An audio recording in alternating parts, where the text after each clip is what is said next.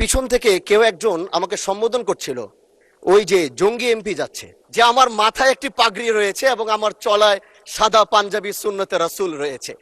এটার জন্য হয়তো তিনি আমাকে ওইভাবে জঙ্গি বলে সম্বোধন সে আমাকে করেছে। আমি মনে করি, মাননীয় স্পিকার আপনাকে ধন্যবাদ। আমি প্রথমবার দাঁড়িয়ে কথা বলছি, আসলে এভাবে কথা বলতে চাইনি, চেয়েছিলাম যখন আমার সময় আসবে আনুষ্ঠানিকতার ভাবে একটু সুন্দরভাবে কথা বলবো।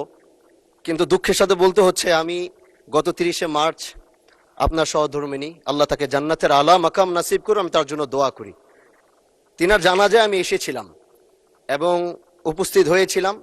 দক্ষিণ প্লাজা থেকে যখন আমি ভিতরে ঢুকবো, একদম কাছাকাছি পিছন থেকে কেউ একজন আমাকে সম্বোধন করছিল, ওই যে জঙ্গি এমপি যাচ্ছে। তো এই বিষয়টা আসলে এইভাবে আসতো না। তো একটু পর থেকে সোশ্যাল মিডিয়াতে দেখলাম যে এই বিষয়ে খুব লেখালেখি এবং এই ভিডিওটা নিয়ে খুব আলোচনা চলছে, যেটি জাতীয় সংসদের একজন রানিং এমপিকে সংসদের কাছে যখন জঙ্গি বলে সম্বোধন করা হয়, আর এটার জন্য এই সংসদের মান ক্ষুণ্ণ হয়েছে আমি মনে করি।